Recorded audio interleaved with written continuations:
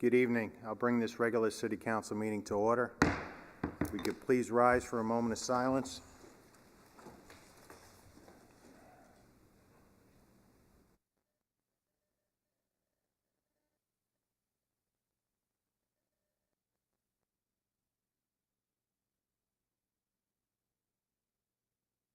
Please remain standing for the Pledge of Allegiance.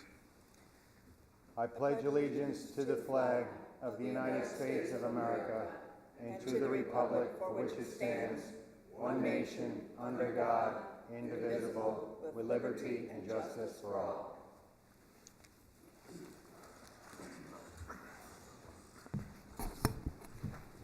Roll call, Ms. Williams.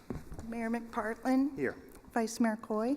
Here. Councilmember Dodd. Here. Councilmember Hill. Here. Councilmember Kitchen. Here. Thank you. Excellent, everybody here. All right, any agenda modifications, council? I would like to pull item 9C off the consent agenda.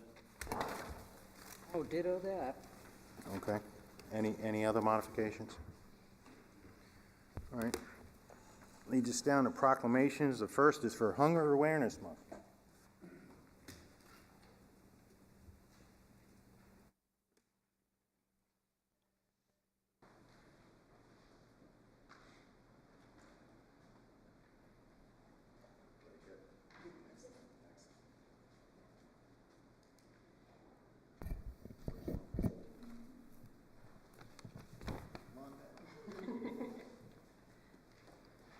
All right, we have Triana Romero, Sherry Siegfried, Sydney Oliver. Walliver, okay.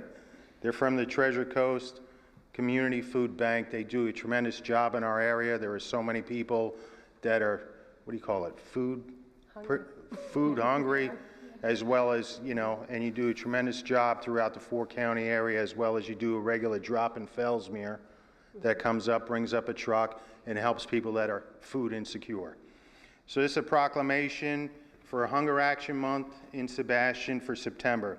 Whereas hunger and poverty remain issues of grave concern in the United States, the state of Florida, the Treasure Coast, and the city of Sebastian, with 21,260 children and adults in Indian River County now categorized as food insecure, and whereas the city of Sebastian is committed to taking steps to raise awareness about the need to combat hunger in every part of our city and to provide additional resources that the citizens of Sebastian need. And whereas the city of Sebastian is committed to working with the Treasure Coast Food Bank and mobilizing people about the role and importance of food banks and other hunger relief organizations in addressing hunger and bringing attention to the need to devote more resources and attention to hunger issues, and whereas food banks and hunger relief organizations across the country, including the Treasure Coast Food Bank, coordinated Hunger Action Day on September 14th and will continue to host numerous events throughout the month of September to shed light on this important issue and encourage involvement in efforts to end hunger in their local community. Now, therefore, I, Bob McPartlin, by virtue of the authority vested in me as Mayor of the City of Sebastian, Florida, and on behalf of the Sebastian City Council, do hereby proclaim September as Hunger Action Month in Sebastian and call this observance to the attention of our cities. Thank you.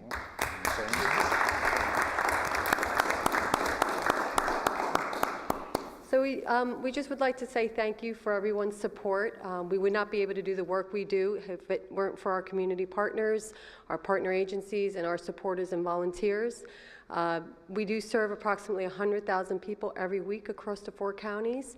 And last year, thanks to all the support, we were able to provide over 40 million meals to those who were struggling. So one of the things we do always say is that hunger does not discriminate. And as we've seen from these two recent tragedies of Hurricane Harvey and Hurricane Irma, any one of us at any time could need help. And our purpose, our goal is to help individuals in need. So thank you for your support.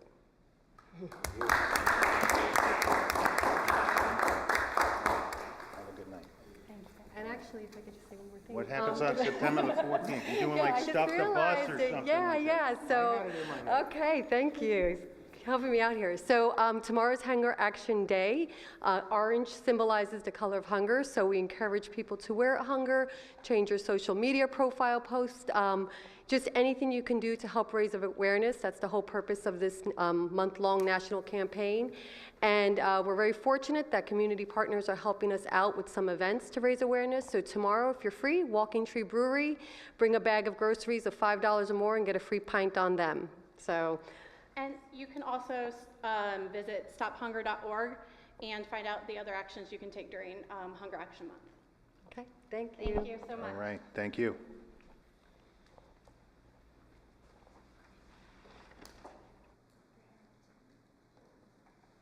Dr. Hamilton? It's special for you. You get 2 today, you know? That's it. So the first proclamation is for Constitution Week, which is September 17th through the 23rd, whereas September 17th marks the 230th anniversary of the drafting of the Constitution of the United States of America by the Constitutional Convention, and whereas it is fitting and proper accord to officially recognize this magnificent document, its memorable anniversary, and the patriotic celebrations which will commemorate the occasion, and whereas Public Law 915 guarantees the issuing of a proclamation each year by the President of the United States of America, designating the week in which September 17th falls as Constitution Week. Now, therefore, I, Bob McParland, by virtue of the authority vested in me as mayor of the city of Sebastian, and on behalf of the Sebastian City Council, do hereby proclaim September 17th through the 23rd as Constitution Week in the city of Sebastian, and ask our citizens to reaffirm the ideals the framers of the Constitution held in 1787 by vigilantly protecting the freedoms guaranteed to us through this guardian of our liberties, remembering that lost rights may never be regained.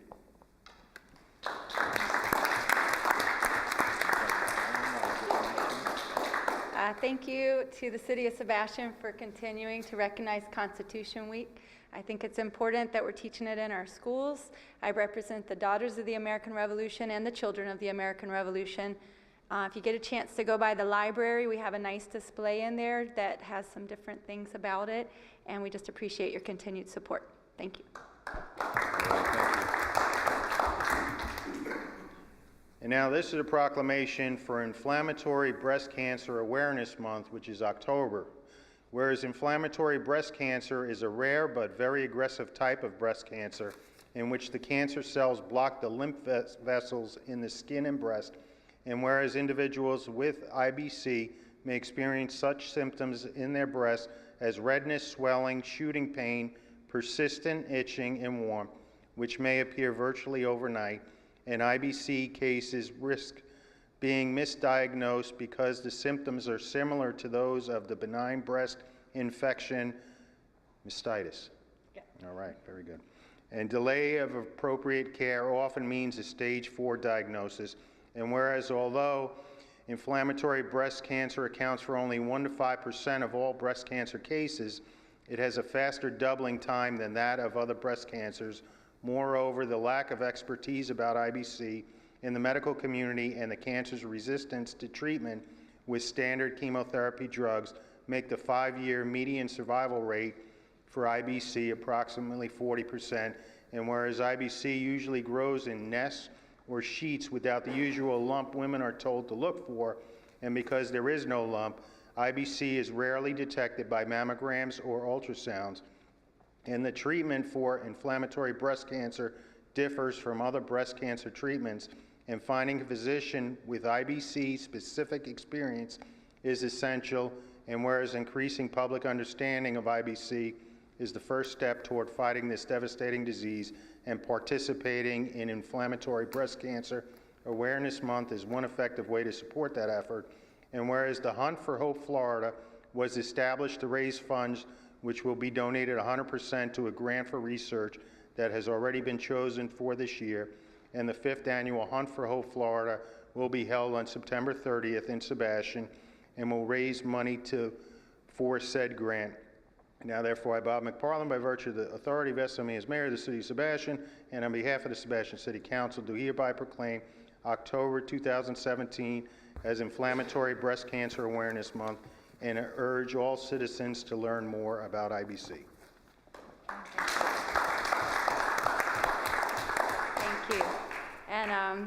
I do run the Hunt for Hope Florida. I've started it 5 years ago. I have 5 facts for you. It's rare, but it's not as rare as it was thought before because there was no ICD code for it, so they just lumped it all under breast cancer. It is not detected by mammogram, as he said, because it is inflammatory in nature, and it often presents in women that are in their 20s or 30s. Usually, when it's detected, it's already stage 3 or 4. It's often misdiagnosed, and because it's so aggressive, this can be the difference in whether treatment works at all. And treatment is different than traditional lump breast cancer, so research is paramount. That's why I'm happy to support the Inflammatory Breast Cancer Network Foundation, which is an all-voluntary board, and 100% of what they get, other than the small, very small overhead they have, goes to research grants every year. They've funded, in their very short time as a nonprofit, almost $1 million in research for this type of cancer. So I thank you. If you guys have a chance to come out, I have a little information I will give. And if you go on Facebook, Hunt for Hope Florida, it has all the information on our hunt. It is a scavenger hunt. You can come participate or just donate. And I believe we are also scheduled, if everything goes as planned, to be at Earl's on Sunday to promote it as well, this Sunday. So thank you very much. Thank you.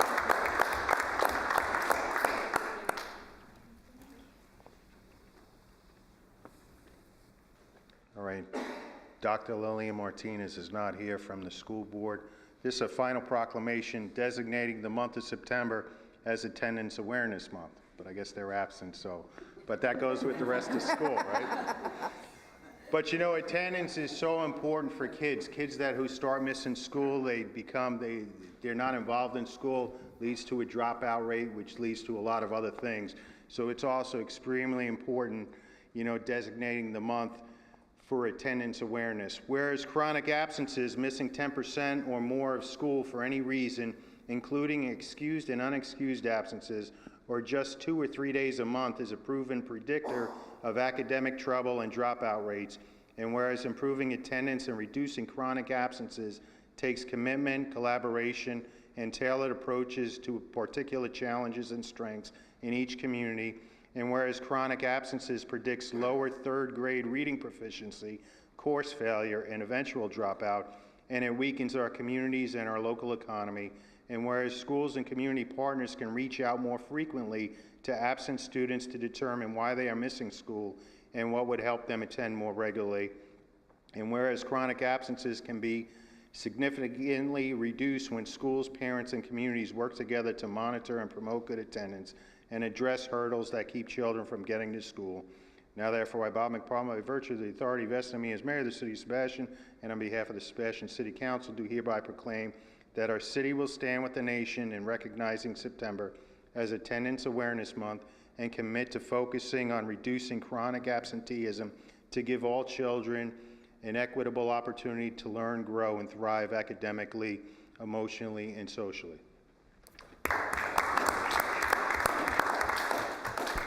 And because Dr. Martinez isn't here, I know the school district has worked very hard as far as the attendance issues. They've got like a buddy kind of program and have different people trying coordinating with kids who have chronic absences to try and turn the corner and get them more involved in school.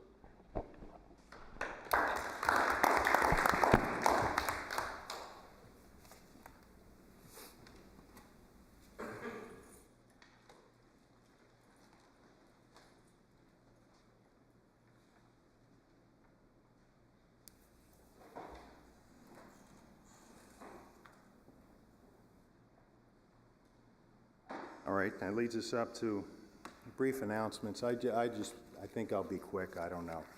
You know, we dodged an incredible storm this weekend.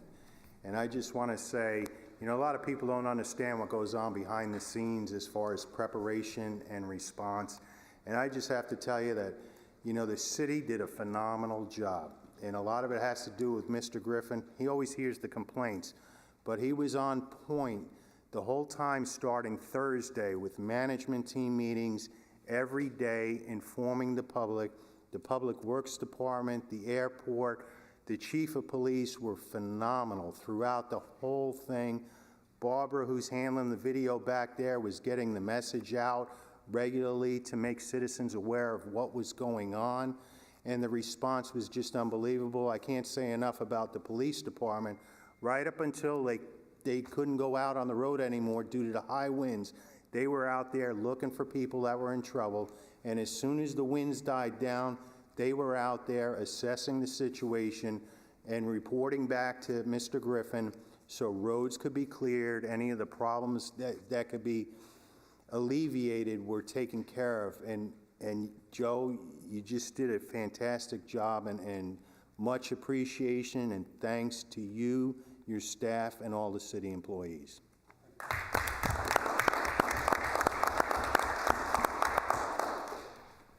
Did you want to give a brief update on where we are, or no? I will. We started the debris clearing process this morning about 8:45 after the meeting that they had out at the Mount Converse 1 area.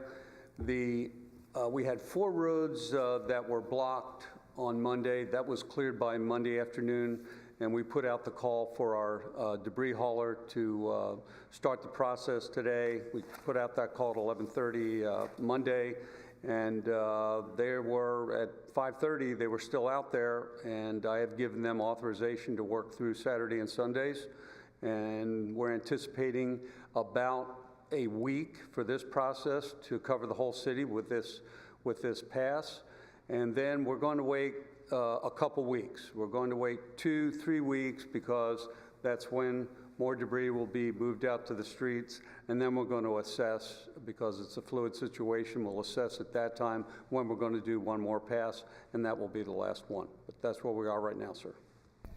Thank you. Any other brief announcements? I've got a couple questions.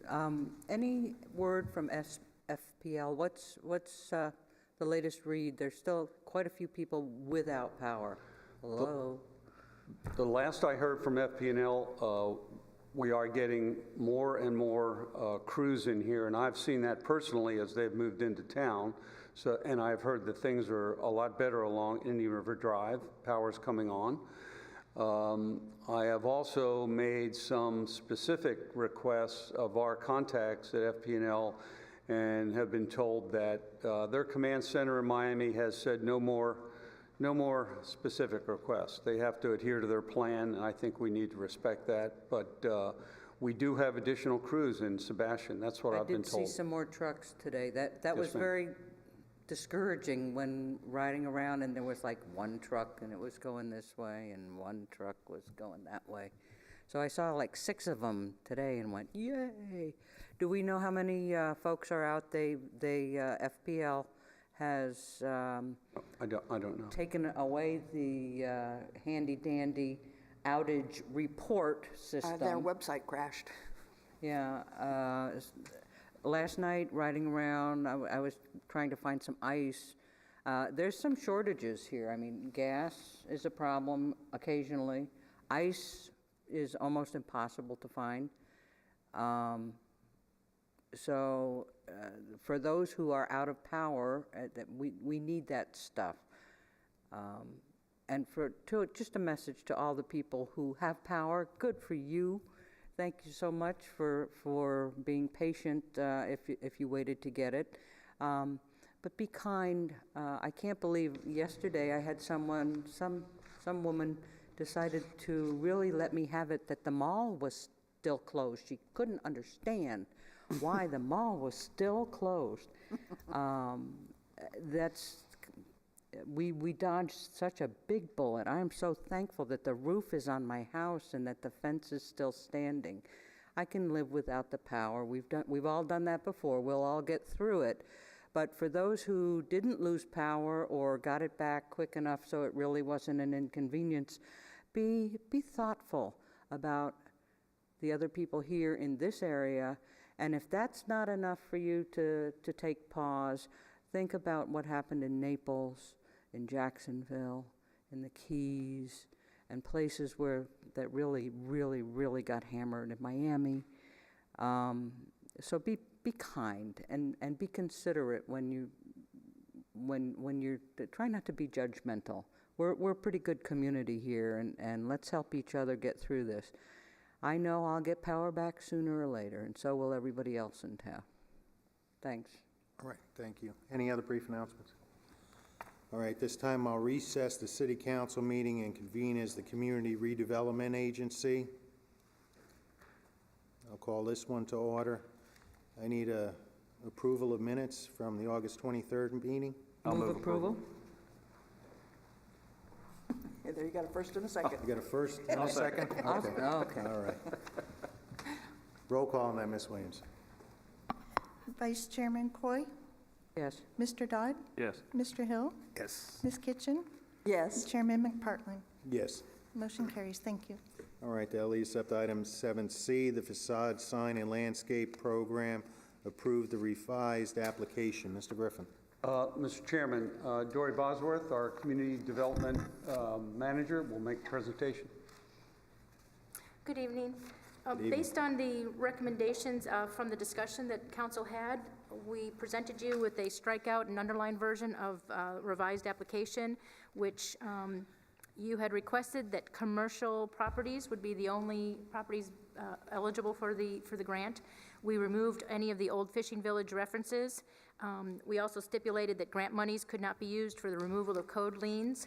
We kind of updated the application language, removed some of the items, the point system that we really don't use or have ever really used, and also noted that the same improvement cannot be awarded grant monies more than once.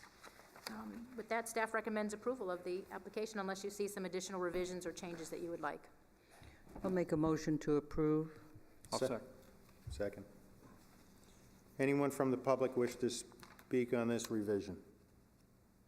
Any further council discussion? Yeah, I just have a couple quick statements on it. It seems like everything's very well covered in this from the discussion that we had. The cap that apparently is being discussed, that is not necessarily, is that written into this ordinance, or is it different? It's separate of this, right? It was not put into the application or the ordinance. We felt it would be more of a budget, going through the budget process, as you Sure. would see that in your CRA proposed budget and be granted there. So we'll start off every October 1st with the 40K, see how many grant applications come in. We did review the last 5 years and felt 40K was a good initial start. If it's used up and a good project comes along in March or April, we'll certainly bring that before you to see if monies could be requested. Okay, At the end of the year, if there's any money left over, that will be dealt with through administrative services, but that could be that money then that you were looking for that would go towards additional projects or. All right, and there's approximately $80,000 in there at this point, right? So are you suggesting, is staff suggesting then that we take that $80,000 and we make it $40,000 in October, going forward with a $40,000 budget in that, and then utilizing the additional $40,000 for something else? And if that is in fact the case, what else would that $40,000 be going toward? Mr. Hill, there's almost 80,000 in there now. Assuming this is approved tonight, that's 15,000. And then we'll move that down to $40,000 October 1st, and we'll just have to look at some of the CRA projects that are in there now. One of the big things that's going to go on in the next fiscal year is the repaving of Indian River Drive. I realize that's not in that CRA budget, but we might consider utilizing that or for something similar to that. Okay, and I understand that. It's just that when you have, generally when you generate a budget, you take the tax dollars that are generated, and in this case, it's those dollars that are CRA dollars that are generated in the CRA. Those dollars would come in and the budget would be created based upon those dollars. Is that correct? Yes, sir. So in addition to those dollars, we would then have approximately $25,000 left over if in fact this passes tonight. Right. And that $25,000 would all be reflected in the budget that'll be presented to us. It'll include that $25,000. That's so right. That money, okay, because there are other ways to go about it, and it's just simply through attrition allow it to get down to under $40,000, and then every year go back up to that point. So I'm okay with going to $40,000 as long as we make sure we see where that money's going. I'll be very happy with that. So with that, I'm pretty happy. Any other further discussion on this? Roll call, Ms. Williams. Mr. Dodd, Yes. Mr. Hill, Yes. Ms. Kitchen, Yes. Chairman McPartlin, Yes. Vice Chairman Coy. Motion carries. Thank you. All right, thank you. That brings us up to approving a grant award for 815 Davis Street to Senior Resource Association. Mr. Griffin. Yes, Mr. Chairman, once again, Ms. Bosworth will make this presentation. This is a request for an FSL, a facade sign and landscape grant from the Senior Resource Association. Their building, their site is located at 815 Davis Street. It's the senior adult daycare facility and the Meals on Wheels site. They are proposing to remove some old rotted siding. They're going to be stuccoing that. They're going to repaint it. I know Ms. Deagle's here for any questions. Your packet, I know the approved colors probably came out terrible. I've got the colors here. We felt it was a worthwhile project for the FSL grant, and staff recommends approval of the maximum award of $15,000. I move to approve. I'll second that. Anyone from the public wish to speak on this? Ms. Deagle. I just want to say thank you very much for considering this grant. This is an exciting project that we've started. We actually have completed the interior, and I think some of you have actually come up to take a look at it, but we did the interior recently, and then this is the second phase. So I really, really appreciate your consideration of this. The third phase is actually going to be a really nice garden that we're going to be raising dollars for to put so that our adult daycare clients can actually enjoy the outdoors as well and participate in gardening and everything. But this is a really important one because the outside, the exterior is in desperate need of refurbishing. And so your consideration, please. I would thank you for it. Thank you. Anyone else from the public wish to speak about this grant application?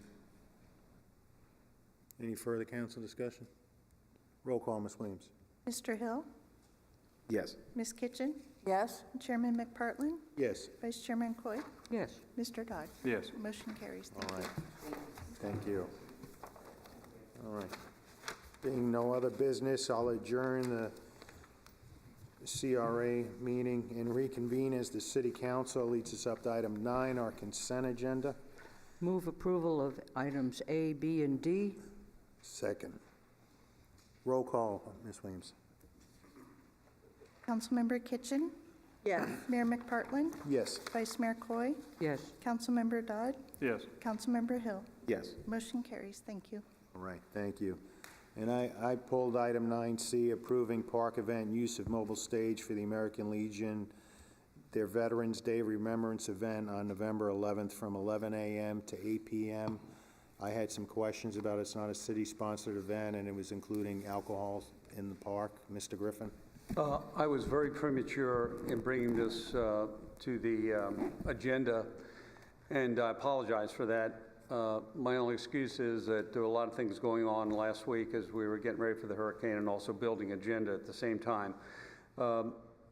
It's very premature because council has a policy, and actually it's in our ordinance, that we don't allow alcohol in the park except for city-sponsored events. And if you remember, the last city-sponsored event that was approved was the Shrimp Fest, and that took a couple meetings with a business plan, presentations by the applicants, et cetera, et cetera. And I fell short here by getting this on the agenda at all, and especially on the consent agenda. So I would ask that heavy consideration be given to this, and that another consideration is that this would be the day after a holiday, and we would have to pay virtually double time to all our city employees that we would have to scramble to get out there for this event. So there are some of the things that don't sit well with me, and I would recommend that this not be approved.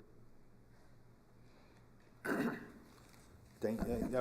was just thinking if they had come up with a better plan for taking care of the park and security and things along those lines, that I might reconsider it next month. I mean, Well, yeah, I agree. There is no apparent plan. It was not discussed with the other veterans organizations. It was not discussed at the Veterans Council. The commander's fingerprint is not on here at all.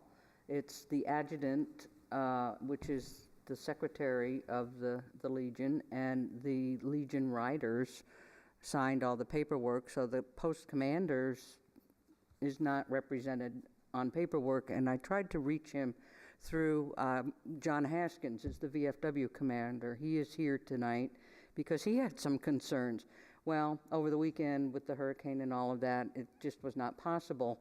But the folks that he contacted at the American Legion to go, hey, what's up with this? They didn't know anything about it. And one happened to be the second in command over there. So it doesn't seem to have a lot of planning thought into it.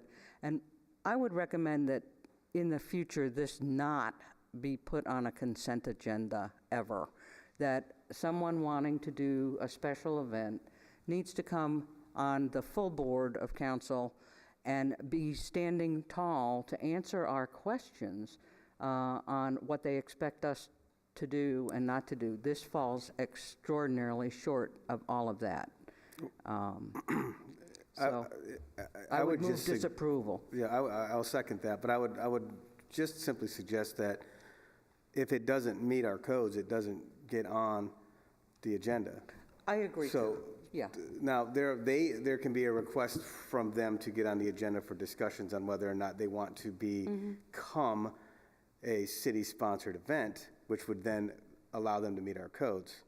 But if it doesn't meet the codes, then I think they have to then, they can start the process, be it through a discussion item, whether it be through public input or introduction of business from the public, something of that nature. But this really shouldn't be agendized when it doesn't meet code.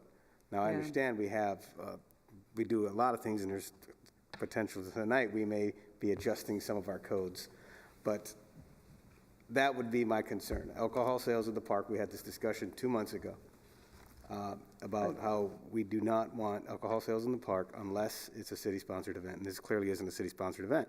Now, we've worked very hard with the American Legion to put this event on. We've supplied a sound system, we've supplied personnel, we've supplied things for this event in the past, have we not, Mr. Griffin? Right, so we have worked with the Legion, and the Legion has worked with us to provide a 9/11 remembrance ceremony, and we've done that for many years. Well, that's the ceremony. Yes. This is not the ceremony. No, I understand. I understand. So, but yeah, so this is totally separate. I get it, but it doesn't meet code. It doesn't. There's no way I could consider voting in favor. And if you want to know that the American Legion is not doing the ceremony this year, the VFW Post 10-10 is responsible for the ceremony, Veterans Day ceremony this year. So they have nothing to do with that and did not coordinate any of that. So thank you for bringing that up, because that's a separate issue. But, so I move disapproval. All right, we got a motion and a second. Anyone from the public who wishes to speak on this matter? All right, any further council discussion? Yeah, is there any opportunity that this may come back? Because if we disapprove this, it can't come back. So my question is that it appears there was possibly not some good planning here, maybe communication issues, but if we disapprove this through this motion, they can't bring it back. So there are other options available to us. It can only be brought back by the people who made the motion to disapprove it. He's right. No, yeah, it can't be brought back. Well, Andrea or Jim could bring it back, but that would be the only ones. Let's ask the attorney that. Anyone who votes against it can reconsider it, can move to reconsider it. Anyone who basically votes on the motion on the as it passes, yes, which is to disapprove of the event, can then bring it up for reconsideration at a future council meeting. Yes. But if you voted on the winning side, you can bring it up for reconsideration if it's, anyway, if you voted against it, you can bring it up for reconsideration. I would reconsider if there's a plan and it's been discussed. I have no problem reconsidering a formal plan. So I would like to have the motion voted on as is. Look, it's a cumbersome process to have someone who voted in favor of a motion that passed to bring it back up. I'm just saying that's it's kind of an odd motion in that it's a negative motion. I'm sorry? It's a negative motion. It is, Yeah. it is really a no action motion. Yeah. So, I would just get on the phone and call and say, change my mind, put it on the agenda. We've done that before.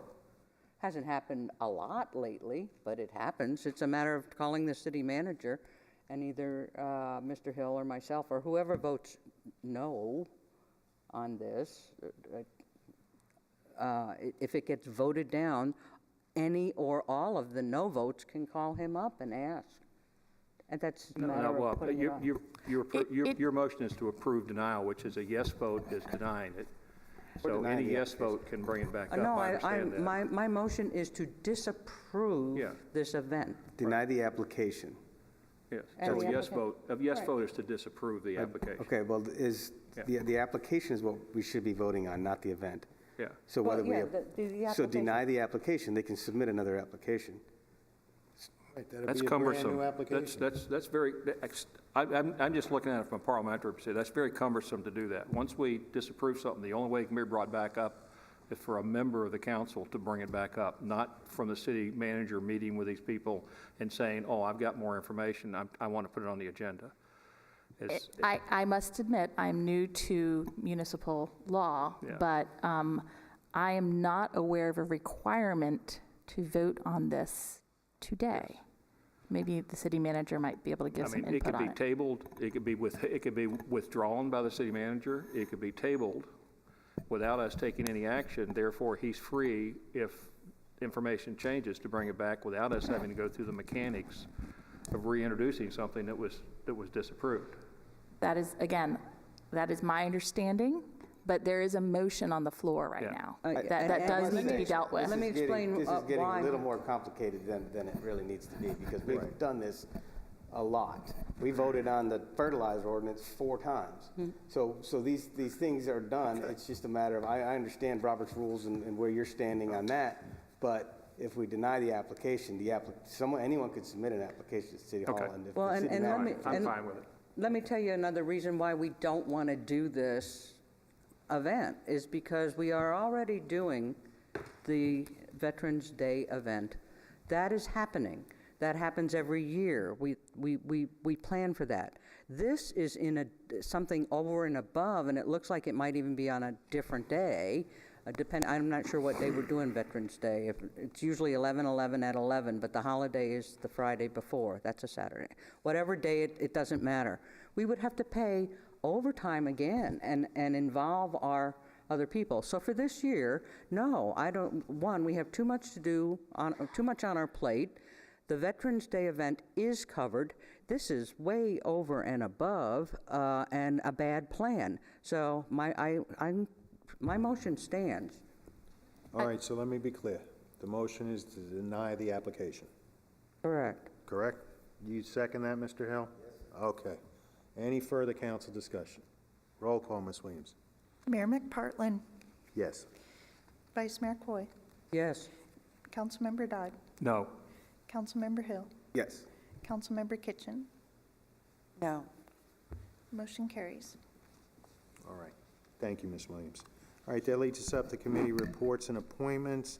We have 2 positions for the Natural Resources Board, Ms. Williams? That's correct, Mr. Mayor. And I have 2 applicants, and they're both here if you would like to interview them. Brian O'Neill and Charles Stadelman.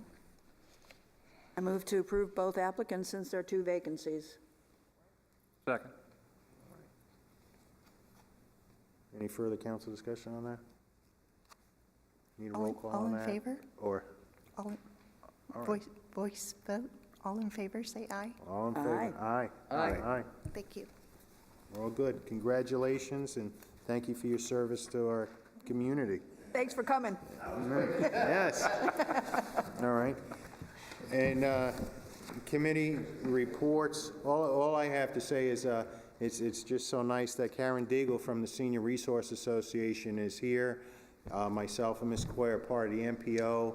I'm also, in my other role with the Department of Children and Families, a member of the Transportation Disadvantaged Local Board, and it's a very vibrant group. And it just so happened I was out at the Child Welfare Summit a couple of weeks ago, and they had a banquet for our transportation disadvantaged, which was throughout the state of Florida. And this is sometimes the most vulnerable citizens that we have. And the transportation, because the Senior Resource Association, they not only run the GO line, which is the public transportation, they also run the community coach, which is for people that are medically disadvantaged, or it could be other conditions that they have. And so at the banquet, what happened was one of the community coach drivers was recognized as the driver of the year. And her name is Rosemary Millar. And it was unbelievable. I mean, she's been with them for over 21 years. She's driven over 1,700,000 miles with no problems, never has a complaint. She actually trains the other people who transport people that are, paramilitary, they need some additional things. Everybody's always looking for Rosemary. She gives them one ride, then they want her to be her driver for life. So it's just fantastic to see and recognize, because, again, the Senior Resource Association, they do a fantastic job. And with not only the public transportation, but the ones for the transportation disadvantage. And then also the local community board, it was probably in spite of me being on the board, but the board was actually recognized as the best transportation disadvantage board in the state. We have a lot of representatives from a lot of different avenues. I mean, we have members who are 60 years of age representing the elderly. Handicapped person is on the board. A representative who's recommended by the State Coordinating Council of Early Childhood Services, representative from Department of Elder Affairs, representative for the local private for-profit transportation industry, a representative from the Florida Agency for Healthcare Administration. We have 2 citizen advocates, a representative of the Regional Workforce Development Board, and a representative from the local medical community. There's also a representative from Department of Transportation, Department of Children and Families, the Public Education Community, the Florida Division of Vocational Rehabilitation, the Florida Department of Veterans Affairs, and then just a number of people. And it's a lively board, and we meet all the time, and we discuss the issues that are happening in there. We also discuss if there are complaints and how they are handled. And again, the Senior Resource Association, the transportation system, they have like it's 99.99 positive. Nobody complains. They've had like 6 calls out of all the trips that they make, The GO line has 1.4 million riders a year. The community coach is, again, another tremendous asset for our community, as well as those people who they couldn't get out of their house if it was not for the community coach. And so, Karen, thank you very much, and just very proud of that board. I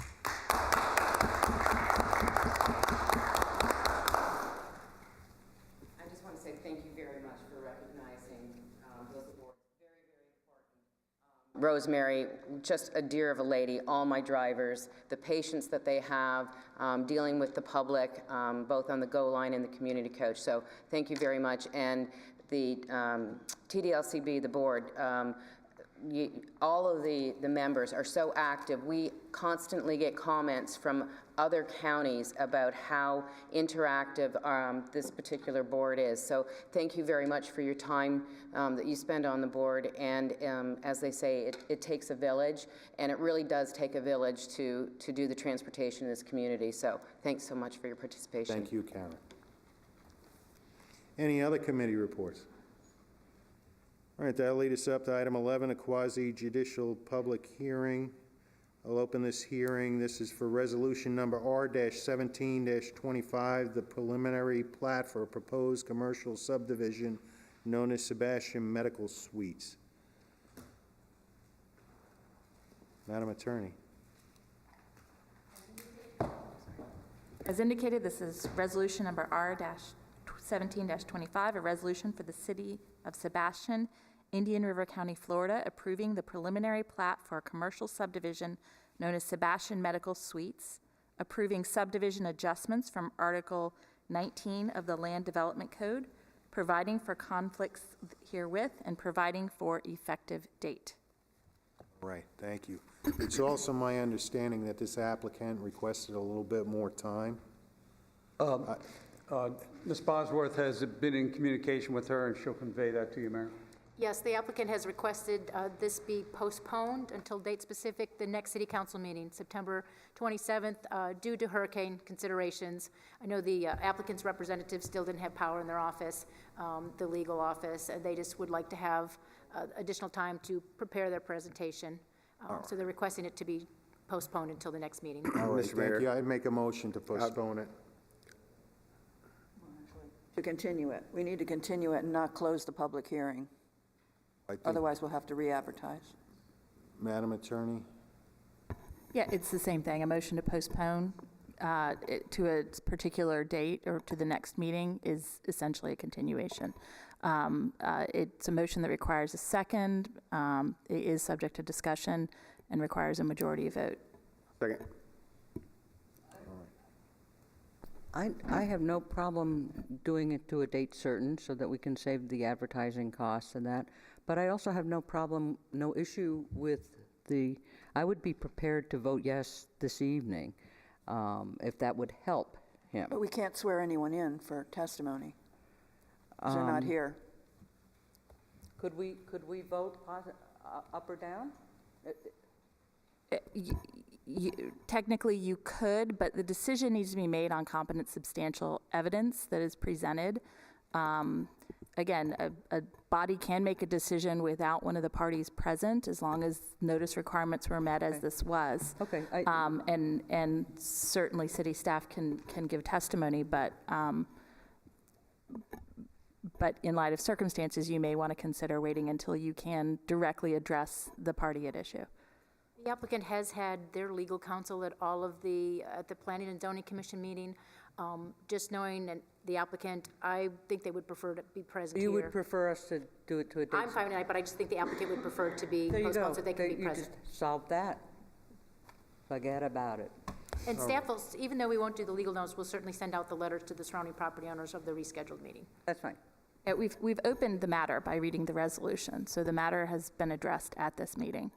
But you can certainly postpone or continue a decision until a future date. Anyone from the public have any input on this, one way or another, positive, negative? All right, any further council discussion? Roll call, Ms. Williams. Vice Mayor Coy, This is to continue, right? Mm-hmm. Yes. until the next meeting. Councilmember Dodd, Yes. Councilmember Hill, Yes. Councilmember Kitchen, Yes. Mayor McPartlin. Yes. Motion carries. Thank you. All right, thank you. All right, leads us up to item 11B, another quasi-judicial public hearing, resolution number R-17-26 regarding a special exception to section 54-2-5.3.1 subsection B of the Land Development Code. Madam Attorney?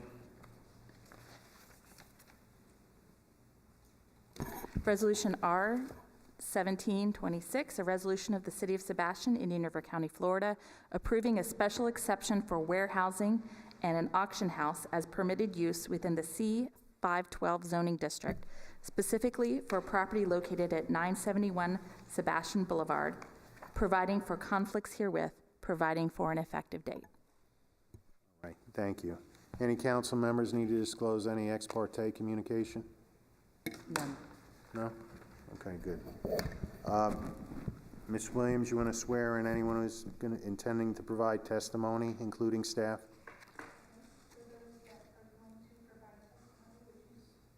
Raise your right hand. Do you swear or affirm that the factual statements and factual representation which you are about to give or present during this public hearing will be truthful and accurate?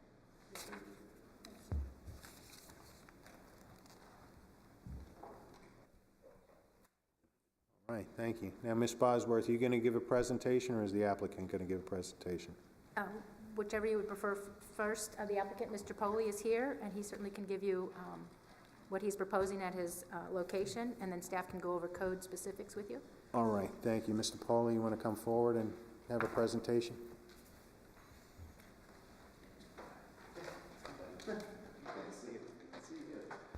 Just state your name and address for the record, please. My name is Bill Pauley. I live at 833 Barber Street here in Sebastian. All right, thank you, sir. How you doing, Mr. Dodd? Hey. How's that golf game? Not that good. Basically, I'm here seeking permission from the council to approve, an auction house at the proposed location. There've been some contingencies that Ms. Dory has, one being the parking or an overflow parking plan. I have done everything that I can do to reach out to the neighboring business to the north, or actually to the west. I've gotten no response, yes or no in one way or the other as to utilize their parking spots. But I have permission from all of the immediate neighboring businesses that are in the shared parking lot, which is a total, I believe, of 45 parking spaces, not counting the 5 parking spots that are allocated to the Domino's Pizza Hut or the Domino's Pizza Place. I've got some signs, some mock-up signs that I will install on the day of the auction on, for neighboring businesses who have conflicting business hours. So that way that we don't encroach on their parking. But like I said, I'm just seeking permission to get started. I don't have the parking agreement with the neighboring business, which hopefully won't be an issue. But other than that, that's just about it. Ms. Dory, is there anything that we need to do in light of this? That may be up to council. Okay. Okay. I guess just have a seat for now, Mr. Polly. Ms. Bosworth, you going to give your analysis? What Mr. Polly is presenting, is proposing is an auction house. We've not had one in Sebastian before. These would be date-specific. Once a month is what they wanted to start off with. During the month, he would be bringing items to this location. It'll be about 2.5 units at 971 Sebastian Boulevard. So they will be bringing in items, could be some furniture, could be some china, antiques, large items as part of your packet you would see in terms of boats or lawnmowers or anything like that larger. He will not store on site. He'll have a separate spot for that. And the day of the auction then, he would have either on a screen or something show that item. They are, as you can see from their floor plan, what they're proposing is about 90 seats. Based on what our parking, and I digress, the auction house and the warehousing is not a permitted use or a use mentioned in the C512 zoning district. And that is what the application before you is tonight, is for a special exception. The warehousing aspect is allowed in industrial, but they would like it allowed in the C512. We did include on page 126 the policy from the comp plan for 512, where it does kind of mention secondhand goods, including flea markets. But this is a little bit of a different nature, an auction house. It's not an outside flea market or a daily type of flea market. It couldn't be any different than a thrift store. So what Mr. Polly is proposing is 90 seats in that, in his, the night of the auction. He would have staff there that would, and this was discussed at the Planning and Zoning Commission, as you bid on items, a table or something, you don't have to stay for the whole auction. You would leave possibly after you've bid on that item. So Planning and Zoning also discussed that they would require some parking spaces in front so that those people could leave during the auction and still not get in the way of parking.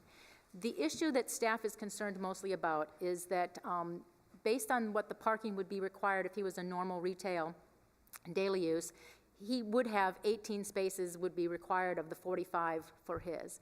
But with the assembly type of use and having those 90 seats, which parking is then different, it is approximately 30 seats is what he's going to need. So already we have this overflow of parking that we're going to need. And that is a capacity that he is based on the amount of seats. The building official has explained to me that based, since these are not fixed seats, once they calculate a building permit of the floor plan, it could go as high as 150 could be his maximum capacity, and then we would even require more parking. So in conjunction with the Planning and Zoning Commission, and it was a 5-2 vote at their public hearing, they came up with what they felt would give the auction house, with the conditions that are noted in the resolution, that if he was to comply with those conditions, that they were comfortable to give the auction house a try, see if this worked out at that spot. Some of the things that they needed to do is definitely have some sort of shared parking agreement with to the west and the east.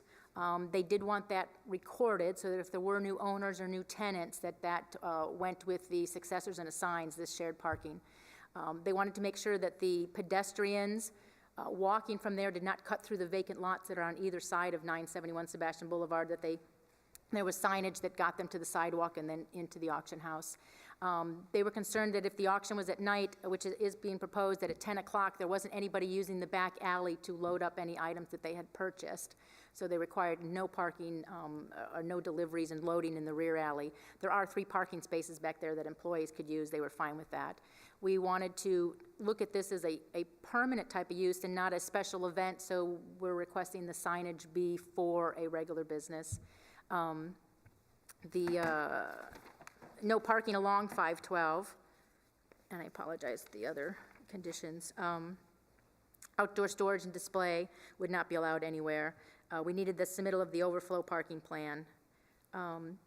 We just wanted the tenants that were in the actual 971 complex that they sign off something that they're aware of the auction, that they're okay. Domino's would most likely be open, so requested signage for those parking spaces to be saved for Domino's. It's in the resolution. Planning and Zoning recommended it 5-2. At this point, in the resolution, there's also findings of facts that City Council would also need to consider and find in favor.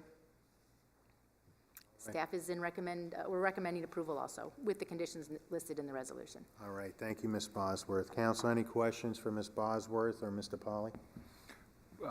Yeah, I have a couple for Mrs. Bosworth.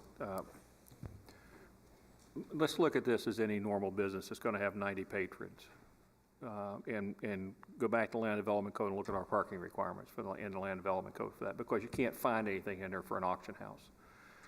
You can't find anything at all about what an auction house is. That's one of those nebulous things that we're being asked to allow a special use for a piece of property, and we don't have any definition in the Land Development Code of what that use is. We're just saying we're going to do a use.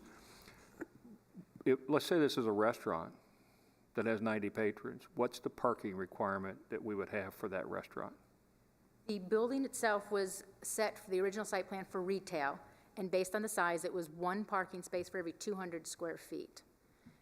If at any time there's a change of use, if it did go to restaurant, we recalculate the parking based on the service area. Yeah. We would most likely look at this as an assembly use, since there's people going there.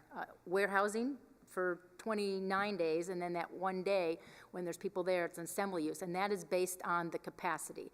It's 1 space for every 3 capacity set by the building department. Okay, so, and how many spaces are available for that building, the 6 units in that building total? 45. Okay.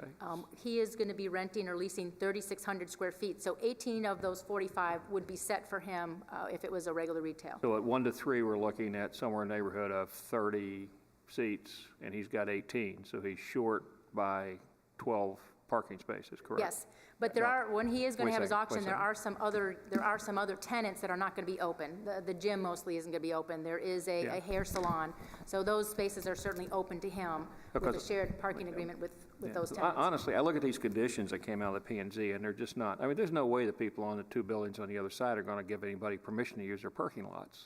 They're not going to sign any kind of waiver. I mean, the fact that he's not been able to get them to respond to him is, I mean, that's nonsensical to think that the guy that has a real estate shop next door to him is going to sign his parking lot away for use for somebody else. He's just not going to do that. The real estate office would be closed during the auction time, so that's where we felt there was, the 20 spaces that he has. And now if there is a charge or whatever agreement they have, that's outside of what the city staff can do, but that would be just something that we needed to know that they were okay with using. I mean, I understand that the Realtor won't possibly be open, but he's going to want the right to reserve the parking spaces for his business if he chooses to use them for his business, not to have somebody else fill them in.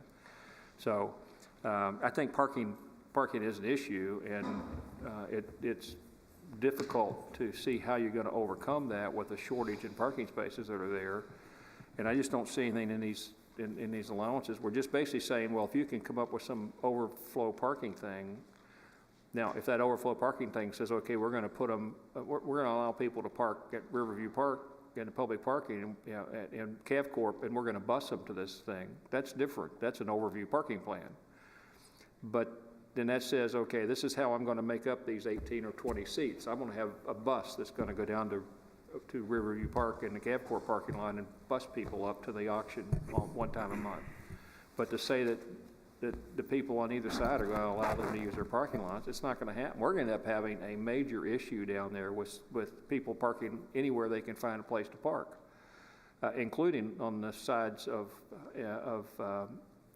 512, possibly in places like the Italian American Club's parking lot, which is a little hike, but they could park there next door. People are going, I mean, there's going to be an enforcement issue here from this on the nights of the auctions. And I agree there needs to be some plan for doing that, but I don't think that plan is what's in these 6 or 7 things that are outlined here. I just don't believe that plan is asking the people next door to let us use their parking space. Look, in the parking article, the code does allow for a shared parking agreement if you can't use more than half of your parking spaces and up to 500 feet away, as long as you don't have to cross a major road. So our that's how we thought of this shared parking agreement, to bring that option to Mr. Powley, because the parking article does allow for that, for shared parking agreements. So, are you saying that there's something that mandates or requires that people in a building next door allow them to use their parking if they're closed? No, and that would be the condition. So if the neighboring adjacent businesses did agree to that, that solves his problem. If they say no, then he can't meet that condition, then the special exception would not be approved or granted. He wouldn't be able to open up or get a business license if he couldn't meet those 6 conditions. All right. Well, so if that is an issue and he can't get the shared parking, that would be a condition that wouldn't be met. The parking issue, I can't vote in favor of this because of the parking issue, and because I think that these conditions that came out of P&Z are not sensical to me. They don't make, it's just not the way to do it. The one that says overflow parking along Sebastian Boulevard will not be permitted, that's okay, but to actually say that there's some way that he's going to make up the shortage for overflow parking, it's not in these conditions that are here. So to approve this with these conditions means we're approving the establishment of a parking problem, which I don't think we should do. So I can't vote in favor of this because of that. All right, hold on a second, sir. Anyone else have any questions for staff or Mr. Powley? I do. Oh, go ahead. For who? For staff. For staff. Just have a seat. Have a seat. All right. I have to say that I agree 100% with Mr. Dodd. There's no question that the issue here is parking. And I have nothing against auction houses. I think they're great and they serve a wonderful purpose. But I think that if anyone were to look at the 512 charrette overlay, the codes that we have there, I think, and if they looked at them, they would see that this is exactly the type of business that the citizens of this community who did that plan were trying to avoid. And I believe that in the paragraph where it talks about, what can and cannot be allowed, I believe it is expressly excluded in the wording where it says secondhand goods, including a flea market. I believe that, to me, expressly prohibits this. Now, I think the parking issue is a major, major issue, and I cannot for the life of me understand how anyone could pass this knowing that every time this business is open, there's a parking issue. There's nothing that expressly states in this resolution that this auction will take place once a month. That was discussed at Planning and Zoning. They weren't sure if they had the right to state that it could only be once a month. Right. If they did, so was there's that nothing that prohibiting a states gentleman that this is going to be once a month, that from 6 to 10 on a Saturday. How can you demand he only work at night? And when you write an agreement with a tenant, every single tenant along 512 is a future ex-tenant. And that is a fact. So every new business that goes in there is going to have to agree prior to leasing this property to this parking. This is a mess. I believe this is an absolute mess. And Staff struggled with this one. We were trying to be business-friendly, a new business in town. We didn't know I it love would be the something. idea. But I'm glad it went through the process that Right. we have taken it through planning and zoning and city council to make the decision. And we worked with Mr. Polly. We had concerns. He'll let you know how many times he did come into staff when we were trying to work out with parking. It was something that we struggled with. I think the parking issue is enough. I have a flag on almost every single paragraph of planning and zoning's meeting, on almost every single paragraph, because the answers we get, or the answers that P and Z got to every single question was, well, I know that, and this is what I'm going to do. I'm going to be there in the parking lot directing traffic the night of the events. Doesn't show that in the resolution. There's plenty of those, well, we understand that, and we want it to look good for the citizens of our community. And I believe them in that. That's subjective. We're allowing for, essentially, if this were to pass, we would be allowing for a storefront to have storage in it with these big plate glass windows with stuff stored in it. And what is a big piece of equipment? Is it a lawnmower? Or is it a dresser? Is it a boat? So there's too much ambiguity in all of that. And once this is passed, this goes on forever. So we may have the greatest guy in the world asking us to approve this. But in 3 years, when he sells it to that guy who's not the greatest guy in the world, we could have a damn mess down there. And I think that the overlay, the charrette, the planning process that we went through very arduously to deal with the businesses along 512, I think expressly exclude this type of business. Council, any other questions for staff from Mr. Polly? Real quick, agree with everything both council members have said so far. But how can we mandate that someone forever at that place as a warehouse forever only operate on weekends or at nighttime? I don't think we have the authority to suggest that that happens. And so since we can't control that, you're a nice guy, and I believe you today, but if you sell it or change your mind tomorrow, there is nothing that will preclude you from doing this during the day. We can't. Is that correct? Well, something we to say think you about can- is that what makes this retail special is that he's only going to do it once a month. Now, the gentleman, we certainly have thrift stores throughout town. So if he decides to open daily and have staff there as an open retail, the same items will be in that store just for sale on a daily basis. The difference with the retail use, I know instead of warehousing, but the retail is that it's just a one-time, 90 people, 100 people coming at one time. The same items could be sold on a daily basis with a salesperson there or a consignment thrift store. Yeah, but what if he decides to have the auction at 9 o'clock in the morning? We can't say you can't. You can only auction, you can only invite those people in. Well, the auction for staff is looking now as an assembly use, where you're bringing large people at one time for that retail process. Okay, again, I get it. They could be coming in to play bingo for all I care. But if they're coming, what right do I have to say you can only do it when the other businesses are closed? I don't think we have that authority. And that's why it wasn't added to the resolution. It was discussed Okay, at planning and zoning. Could they we only can all make be it twice a month? nice and say, yeah, okay, we all agree. And then, 6 months from now, he changes his mind and wants to have it at 9 a.m. We have really created a mess, a huge mess, daytime now. And I agree with everything. This is not a good plan. And it's doomed to fail. I see the parking, everybody knows that street's back there. They'll be clogging up that alleyway, parking and trying to get in. I think it's a great idea. I'd like to have one close by, but not there. I don't think it works. Thank you, that's all I have. Any other questions for Ms. Bosworth or for Mr. Polly? No, I do have one for the applicant, just to be fair, trying to be balanced here a little bit, okay? So you've heard, we've said a lot of negative stuff. Why don't you come up for a second? Let me ask, okay, given what you've heard in the fact that the issue, I don't think anyone has said anything at all negative about the business and what you intend to do. The issue is parking, and when you have an auction, the issue is parking. Is there anything in your mind that you would be willing to do to try to alleviate that?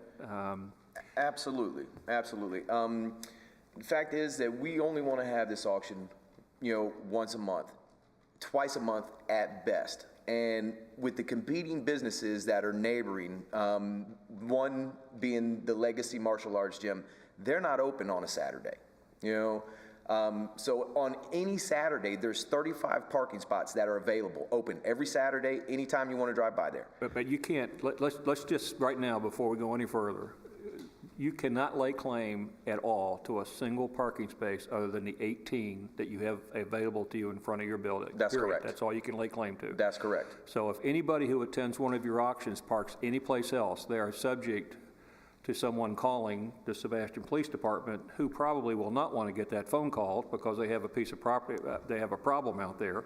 So now they're going to start getting phone calls about people parked in my lot. So you can't lay claim to anything except for 18 spaces. So now, absolutely. I have agreements with the owner of the Legacy Martial Arts place. I have agreements with the owner of the Lux Hair Salon and the Boost Mobile places that I can use their parking spots on any day that they don't have regular business hours. I already have signed documents with a permission from those three businesses. Which our code allows. so what's that do to the number? I don't necessarily know that they say it totally refers to the parking spaces. It's just that they're aware, it said that they were aware of an auction house was going to be next to them. There's actually two signature spaces, one for approval of letting us use their spots and one for denial of letting us use their spots. They all signed in the affirmative for me to be able to use their spots during the auction hours. I've never run an auction house before. I've been to a few of them. I thought that this would be a good, fit for some people to do something on a Saturday evening that wouldn't cost a lot of money if you don't want to spend any money. You can come there and, see a little bit of a show or, buy something to hang on the wall. As opposed to, for the parking, I'd like to say that we could utilize the spaces that are available in that parking spot without it being a problem. I'm a resident, longtime resident of Sebastian here. I'm on a good neighbor policy. I would accommodate any problem that came up. We would work our best to resolve it amicably. We don't intend to have an auction, that's going to compete with any of the other business hours, which is one of the reasons why I thought that parking wouldn't be a problem. And as opposed to, the warehouse issue, it does have huge pane glass windows that everybody can see in. We're not going to junk it up with a bunch of, it's going to be a nice presentation. We want to cater to a clientele who's going to buy, middle to high end stuff, highwayman paintings, jewelry, antique, things like that, So I can't see any reason why, that it shouldn't be allowed. If there is a problem down the road, if we're super successful, and there is a problem, we can address those issues as they arise. I just would hate to see the county or the council, deny use for, a problem that may not even be a problem, So with the use of the martial arts place, parking lot, and just the 18, or the 18 that I have and the 12 that I have, that's 30 parking spots that are available on every Saturday. I've talked to the owner of the martial arts place. He has no intentions on doing anything there. He's a Monday through Friday guy. I also have here the owner of the plaza, and, he has assured me that if any of those tenants that are in there now decide to move for any other reason, that any future tenants would be written into the lease that they would have to agree to the shared parking agreements for those hours. And we're talking about 1 day a month, 1 day a month that there may be some congestion when it comes to parking. I'd like to think I'm, resourceful enough to, if there is a problem, we can fix it before it becomes a real nuisance. I'll agree to whatever conditions need to be met. If we have to tape off areas, I've got signs that I've made for for no parking, for auction use before 7 or before 6:30 when the neighboring businesses close. I just want to assure you guys that we're going to do everything that we can to make sure that everything runs smoothly. Now, with any business, there are fluid situations that arise that need to be addressed. I'm aware of that, but we will do everything in our power to make sure that people park in the adequate places, that they don't park in the rear, that they don't park in the back. We'll do what needs to be done. I think it's a great idea to have something like that in this community. It is a retirement elderly community, and people need something to do on Saturday evenings besides go to the bowling alley. Okay, well, thank you. So, any other questions? Any other questions for the applicant? All right, if you have a seat. I'd even be happy to add it in his lease. They can only have them twice, every so many, once a month or twice a month. And if it was a violation of the lease, then I could do what I had to remedy, to evict the tenant. He's my friend, but to make you all happy, knowing that that would only be happening so many times a month for the auction itself, because I know that's one of your issues you brought up. How can you tell the gym that they can't, if they decided to open on Saturdays, how can you, in their current lease that the gym has, tell them they can't open up? I can in their current lease, You but I can can't. enforce his. So you can't guarantee. No, but I can put a stipulation in his current lease where it says, if you're open more than 1 time a month, it's a violation of the lease. I'm going to evict you or terminate the lease. Yeah, I can do but that. if the gym decides you're creating business, you are creating, just a second, let me finish. You're creating a burden on a current tenant. You have a contract with I did just a little contract law in college, not a lot, but enough to be dangerous. That's why we have a lawyer here. That you have a tenant with a lease right now for a business. They have no restriction on that. They're allowed to open on Saturdays if they want to. You're creating all of these burdens on current tenants. I know it's a great idea. I love the idea. Months ago, I I brought this up. When he first came to me, I went to all my tenants and I said, this is the situation, the new tenant's looking You can talk all day long. What does it say in the contract? Not with my other tenants. I can't add something into their lease, but I can add something into his lease where it says only once a month. I'm not concerned about that. Yes, we know you could do that. But that's enough to kind of guarantee that no, it's not. I'm telling you it's not. That might be enough for you. But that's law, though. I can go and have an eviction done and say, you know what, you're open twice a month. You're violating the lease. Okay, you got a problem. that's fine. You cannot tell the other tenants that they have to stay closed because he's having an auction. You have other contracts. Of course not. I'm done. Okay. Which thank is- you. All right. If you guys, gentlemen, could have a seat. Can the gentleman in the maroon shirt please identify himself for the record? Yes, Frank LaFaso. I'm the owner of 971 Sebastian Boulevard. And you were sworn in, sir? Excuse me? You were sworn in, sir? Yes. Thank you. Have a seat. Any other questions for staff or the applicant? All right, at this time, I'll open up the floor for anyone in favor of the request. All right, and I'll open up the floor for anyone opposing the request.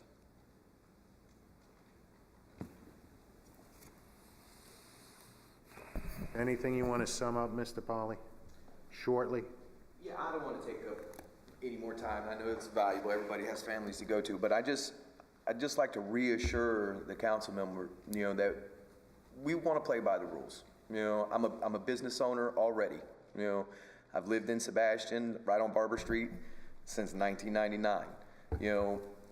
I just want to let everybody know that we want to work with you guys, to to make this city better, you know?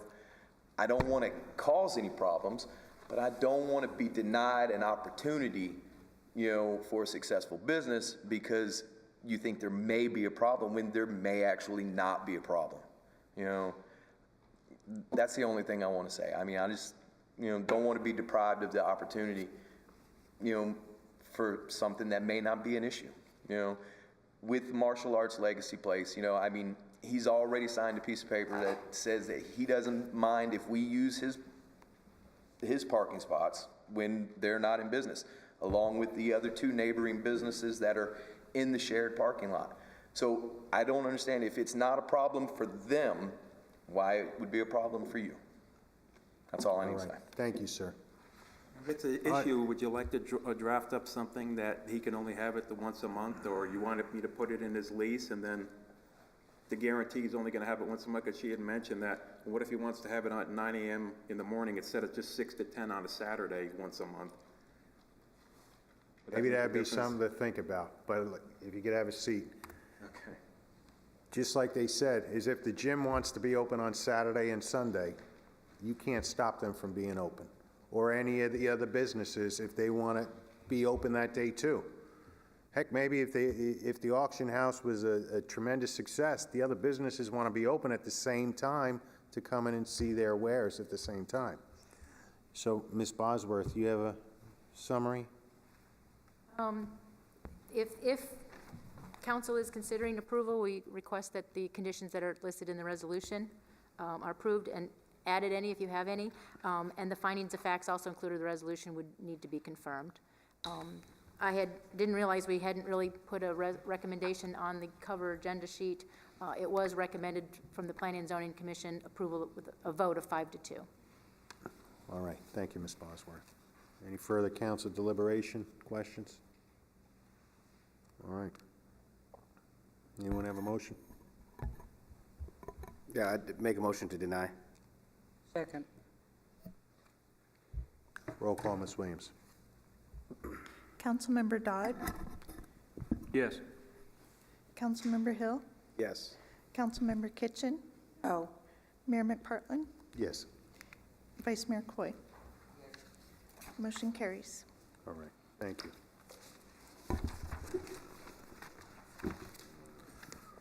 Didn't do their homework. All right, brings about unfinished business. Item 12A, consider an interim city attorney agreement with Cynthia Hall Vanderhoord. Mr. Griffin. Yes, sir. The last meeting, I was instructed to craft an agreement for interim city attorney position. That should be in your agenda packet, and I am recommending approval. I move approval. Second. Anyone from the public wish to speak on this interim city attorney agreement? Any further council discussion? Roll call, Ms. Williams. Councilmember Hill? Yes. Councilmember Kitchen? yes.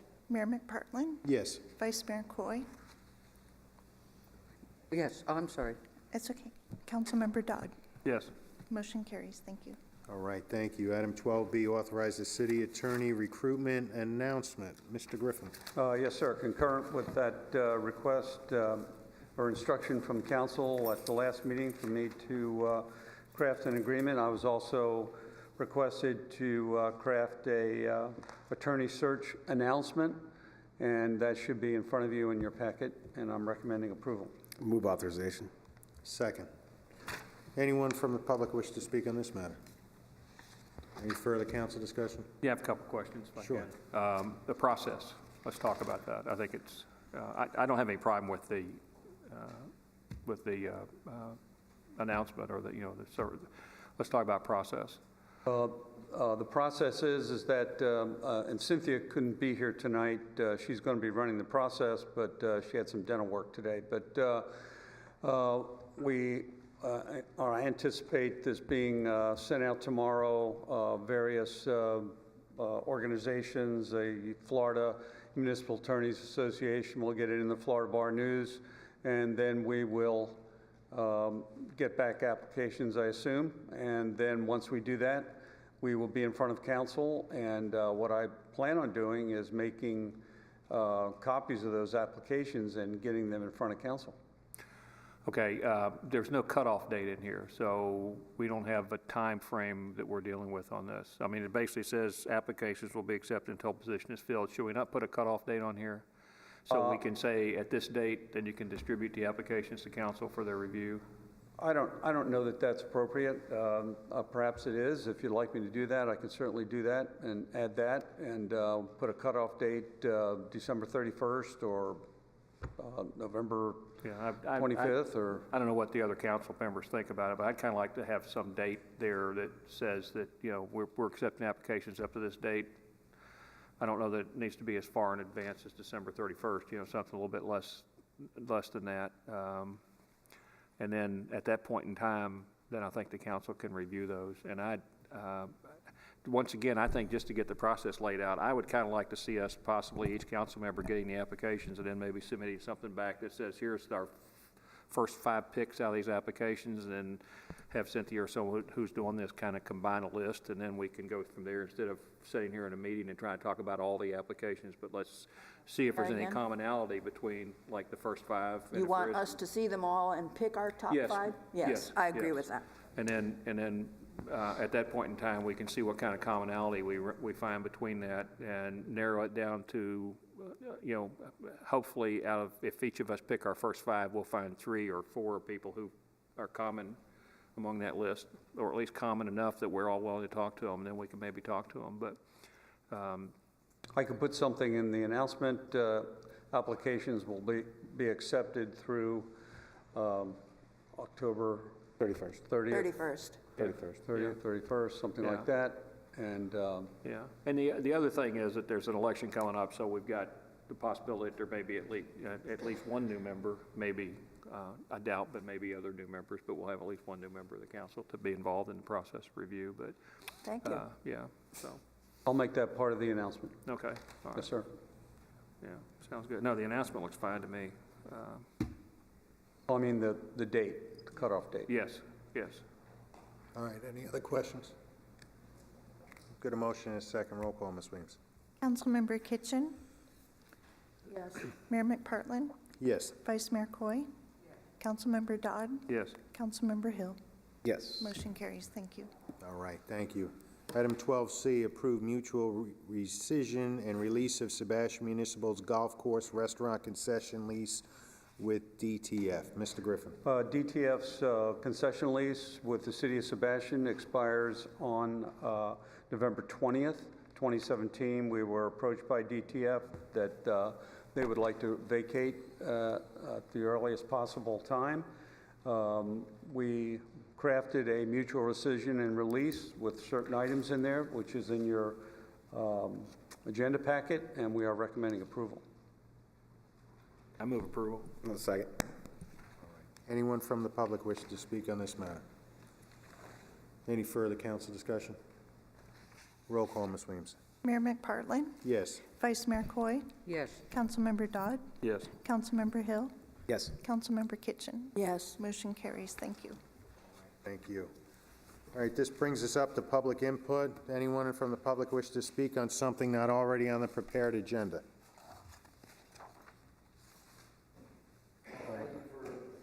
Well, if you could step up and state your name, where you live for the record. My name is Brian Neal. I live at 790 Beard Avenue. I retired here to Sebastian about 3 years ago with my wife. I used to come up here and surf at Sebastian Inlet when I was in high school down in Miami. And then I went to California for my career, and I recently retired, and I still surf here. And I'm very excited to be part of the Natural Resources Council because I want to keep that water clean and keep surfers coming here. The surfers come here from all over the world for this place. So. Yeah. All right, thank you.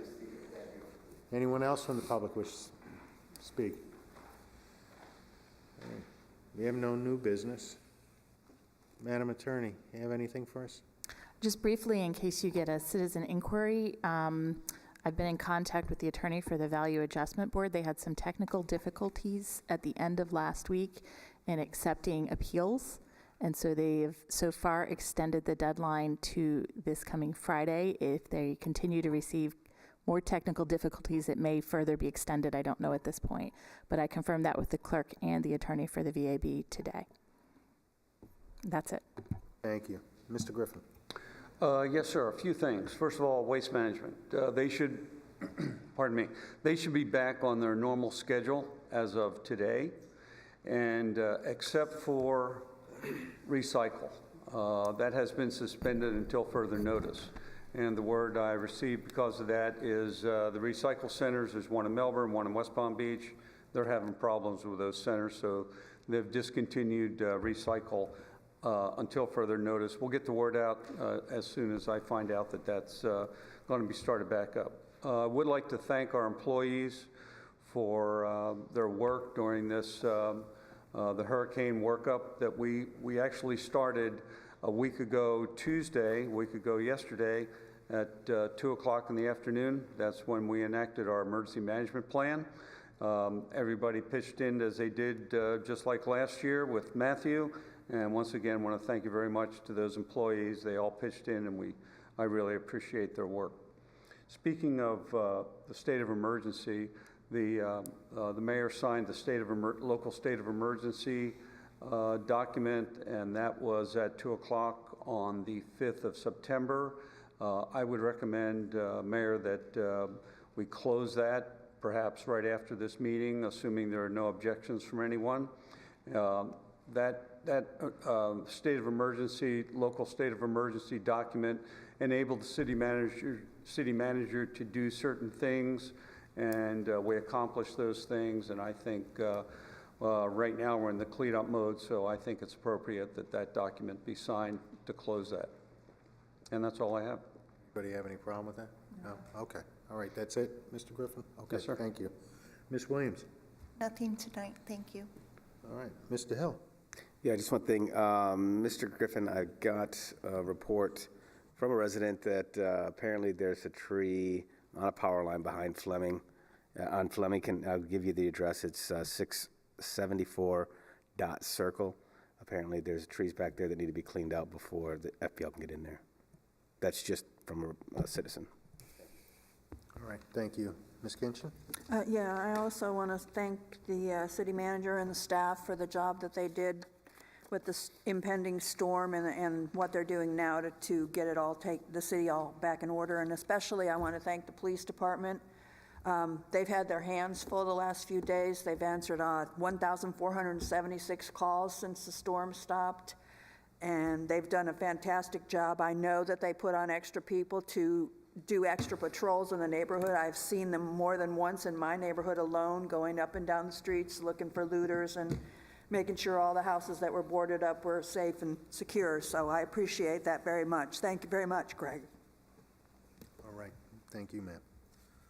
Me again, just thank you. And for the people out there, just remember a little patience if you don't have power, and a lot of kindness, and that'll get us through this. And the sun will rise again tomorrow. Ms. Coy.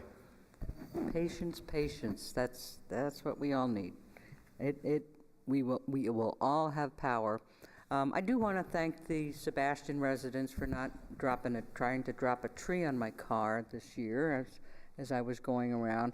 But just as a reminder, please don't be out there. There'll be some people who are tempted to do the wrong thing just because the city's coming around. Please don't get caught taking down trees that are perfectly healthy just so the city will haul them away. Because if you get caught, which it's pretty easy to tell that the tree has come down all by it, when it comes down, you can tell the difference between it being cut up or coming down. And Natural Resources guy is out there laughing, but there are people who do this each and every time. Please don't be tempted to. One issue I keep forgetting to bring up with the city manager, but Mr. Mayor, you're here too. This is for MPO. We need to talk, and for the county, we need to talk to the county about 512 and the flooding that occurs in the heavy rainfalls. It occurred this year for this event, and it also occurred when we had Tropical Storm Faye. If we ever had to evacuate or needed to get out of here, that's a hazard it floods across the road. And they had serious issues with the school out there, the middle school, but it floods across the road there and makes it almost impassable. I think we need to maybe bring it up at MPO and have them look at something, because that is our evacuation route. And so maybe you could contact the folks down there, and then either the mayor or I will bring it up at MPO. But we need to have an evacuation route that's clear. That's all I have. Be safe. Gosh, I'm going to stay here overnight because this air conditioning feels really good. Anyway, everybody be safe. All right, Mr. Dunn. I'm sure you got a cot left over that you can use, right? Okay, no, just a couple things. Now that it's official, welcome to our new interim city attorney. And I want to thank Joe for the emails during the storm. You know, during the time that the storm was wailing and my wife was saying it's really noisy, he was sending emails with status, and it was welcome. Thank you. I can't say any more than what's already been said about the city staff. They've done a really, really good job, so thank you. All right, thank you. Being no further business, we're in adjournment. Good night.